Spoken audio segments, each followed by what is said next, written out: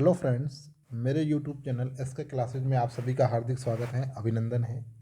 आज की वीडियो में जो हमारे चर्चा का विषय है वो है हाल ही में जो आरपीएससी द्वारा सेकंड ग्रेड एग्ज़ाम जो कुछ सब्जेक्ट के हुए हैं और कुछ के बाकी हैं, उन सेकंड ग्रेड एग्ज़ाम के अंदर जो एसएसटी सब्जेक्ट है, एसएसटी सोशल स्टडी या इसको अपन कहते हैं सामाजिक विज्ञान, इस सामाजिक विज्ञान सब्जेक्ट की जो है एक एक्सपेक्टेड कट ऑफ एसएसटी के अंदर जो है एक्सपेक्टेड कट ऑफ जो है ये 2000 सेकेंड ग्रेड 2022 की एक्सपेक्टेड कट ऑफ क्या रहेगी, इसके ऊपर अपन चर्चा करेंगे। ठीक है, अब देखो, कोई भी हम चर्चा करते हैं तो तुक्कों में बात नहीं करनी चाहिए, और मैं भी आपके सामने जो चर्चा कर रहा हूँ वो तुक्कों में नहीं कर रहा हूँ।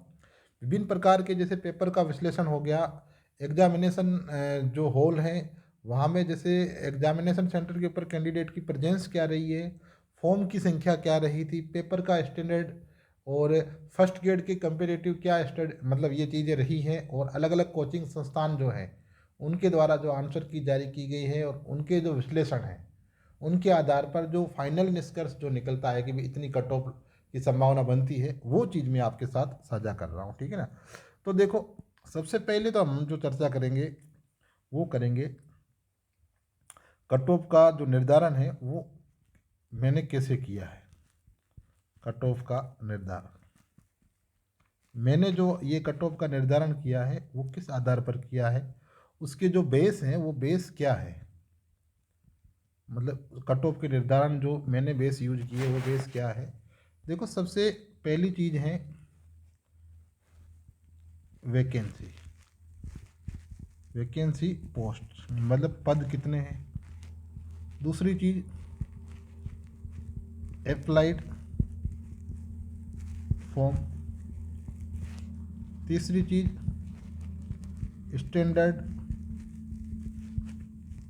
ऑफ पेपर, पेपर का स्टैंडर्ड क्या रहा है।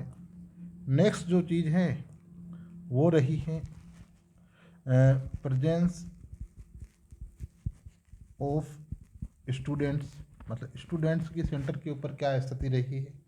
उसके बाद जो है फर्स्ट ग्रेड के कंपेरेटिव, फर्स्ट ग्रेड के कंपेयर में क्या स्थिति है इसकी, इन सारी चीज़ों के ऊपर बात करेंगे। ठीक है, तो देखो, सीधी सी जैसे अपन बात करें, बेसिक जो चर्चा है वो जैसे मैं आपको बताना चाहता हूँ कि क्या क्या चीज़ें हैं इसमें।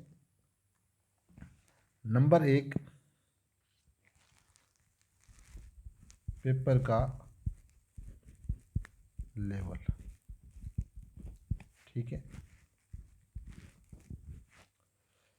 अब पेपर के लेवल के अंदर जैसे आप सभी को पता है कि दो पेपर आपने दिए थे, एक तो दिया था जीके का और एक दिया था सब्जेक्ट का।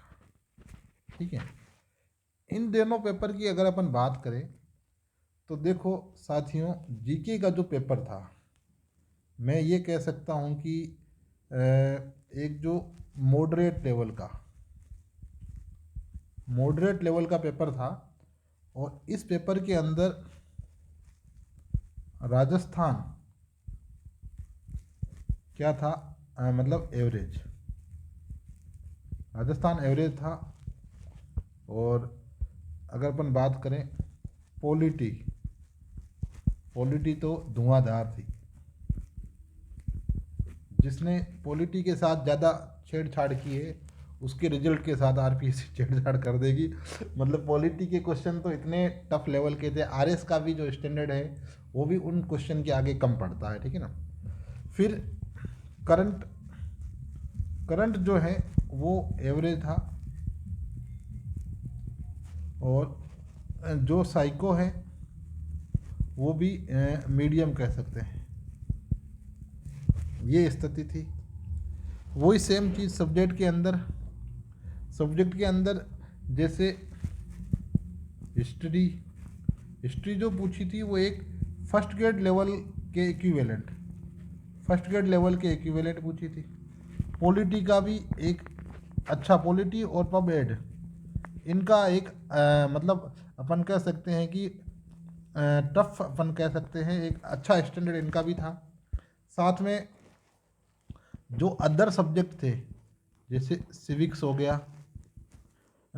फिलोसॉफी हो गया, ठीक है, ये भी इनके भी मतलब लेवल अच्छा था इन क्वेश्चनों का।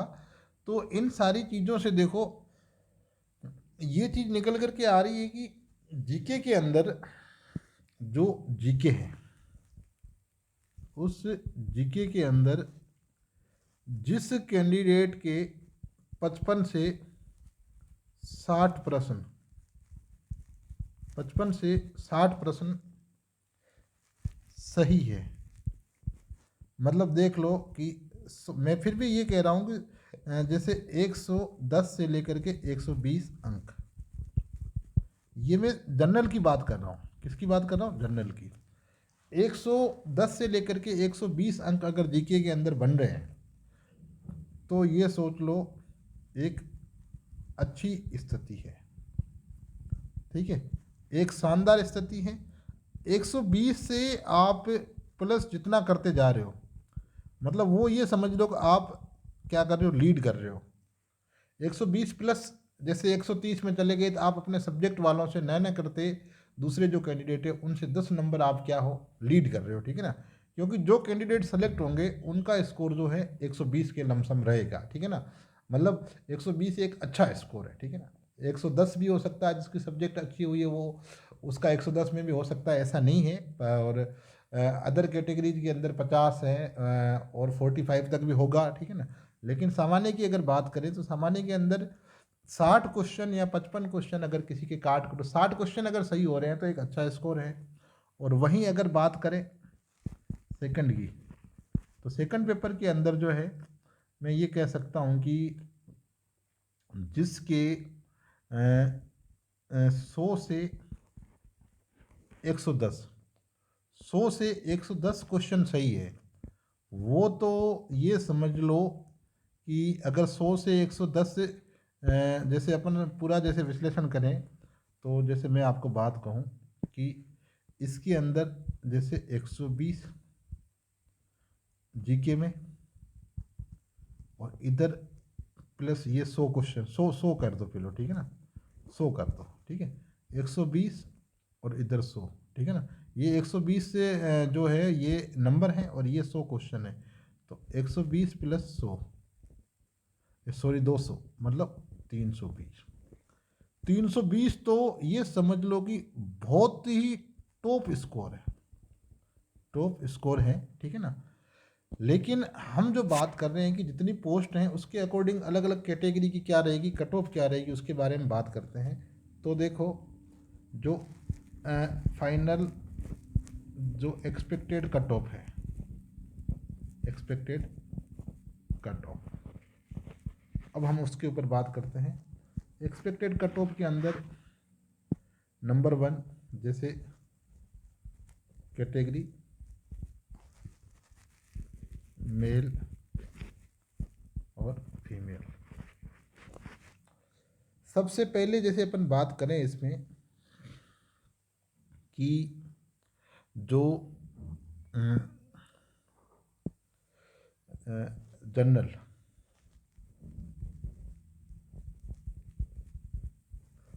जनरल जो कैटेगरी है, उस जनरल कैटेगरी के अंदर जनरल कैटेगरी में जो मेल हैं, जनरल के अंदर जो मेल हैं उनकी कट ऑफ ये देख लो कि जिनके 290 से 310, 290 से 290 से नीचे है या 290 है, उसकी संभावना है 80%। और जो 310 है या जैसे मैं कहूँ 300, उसकी संभावना कितनी है? 300 वालों की संभावना लगभग 100% है, ठीक है ना। और एक सटीक जो है 290 प्लस 10 हो सकता है, -10 नहीं होगा, 290 की लमसम रहेगी। मेरे को जो आइडिया लग रहा है इनका जनरल की जो कट ऑफ है वो 290 से 295, ये कट ऑफ रहेगी, ठीक है ना। वैसे जो जनरल फीमेल है, जनरल फीमेल की जो कट ऑफ है वो देख लो कि 280 से 285 के बीच कितनी रहेगी, 280 से 285 के बीच में। यहाँ पर 280 की जगह 275 भी हो सकता है, लेकिन 280 या 85 से ऊपर तो जाने की संभावना ही नहीं है। 275 पे भी सिलेक्शन हो जाएगा, ठीक है ना। ये बात की हमने जनरल की। फिर बात करें हम ओबीसी की। ओबीसी की जो मेल हैं, ओबीसी मेल के अंदर जो जिनके 285 से 290 है, 285 से 290 है, वो जो है वो सेलेक्ट हो जाएंगे। 285 से 290 जो है ये लगभग इनकी संभावना 100% है सेलेक्ट होने की। और जो ये महिलाएं हैं, महिलाओं में आप देख लो जैसे 278 से 280, 278 से 280 तक, ठीक है ना, या 275 भी हो सकती है, ठीक है। 2-4 नंबर का ये गैप हो सकता है। फिर बात करें एससी की। एससी के जो मेल हैं वो कट ऑफ रहेगी एससी की, देख लो लगभग 260 के लमसम, 260 या 250, ये एससी की कट ऑफ रहेगी। 260 250 के आसपास जो है वो एससी की कट ऑफ जो है वो आपको देखने को मिलेगी मेल की। और एससी जो फीमेल है उनकी कट ऑफ आपको देखने को मिलेगी 230 के आसपास, 220 या 230 के आसपास। वही बात करें एसटी की। एसटी के अंदर जो कट ऑफ हैं वो 250 से 255, और जो एसटी की जो फीमेल हैं वो 220 या 210, ये कट ऑफ आपको देखने को मिलेगी, ठीक है ना। अब देखो जो ईडब्ल्यूएस है, ईडब्ल्यूएस के अंदर जो कट ऑफ है वो रहेगी लमसम 280, मेल की जो है वो 280, ईडब्ल्यूएस फीमेल की जो है वो रहेगी 260 के आसपास, ठीक है। एमबीसी, एमबीसी की जो कट ऑफ है वो भी रहेगी लगभग आप देख लो 280 के लमसम मेल की, और 260 या 250 ये रहेगी फीमेल की। ये एमबीसी की मैंने बात की। अब देखो अभी तक की जो कट ऑफ है उस कट ऑफ के आधार पर, जो अभी तक की जो कट ऑफ है उस कट ऑफ के आधार पर मैं आपको कह रहा हूँ कि जनरल वाला कैंडिडेट जिसके जीके के अंदर, जनरल का कैंडिडेट जिसके जीके के अंदर अगर 120 मार्क्स आ रहे हैं, जीके के अंदर 120 मार्क्स आ रहे हैं, और इधर उसके जो है अगर मैं बात करूं 180 से 190 अगर हो रहे हैं, तो आप ये मान के चलो कि जनरल का जो कैंडिडेट है वो 120 जीके के अंदर 120 प्लस 190, 0 1 और ये 3, ये इतने नंबर 310 नंबर, तो मैं आपको ये कह रहा हूँ 200% सिलेक्शन है, 200% सिलेक्शन है। मतलब किसी भी स्थिति में जो है ये सिलेक्शन होगा, इसको कोई नहीं रोक सकता। ओबीसी के अंदर जो कैंडिडेट 300 प्लस है, 300 प्लस है, वो 200% उसका चयन है, ठीक है ना।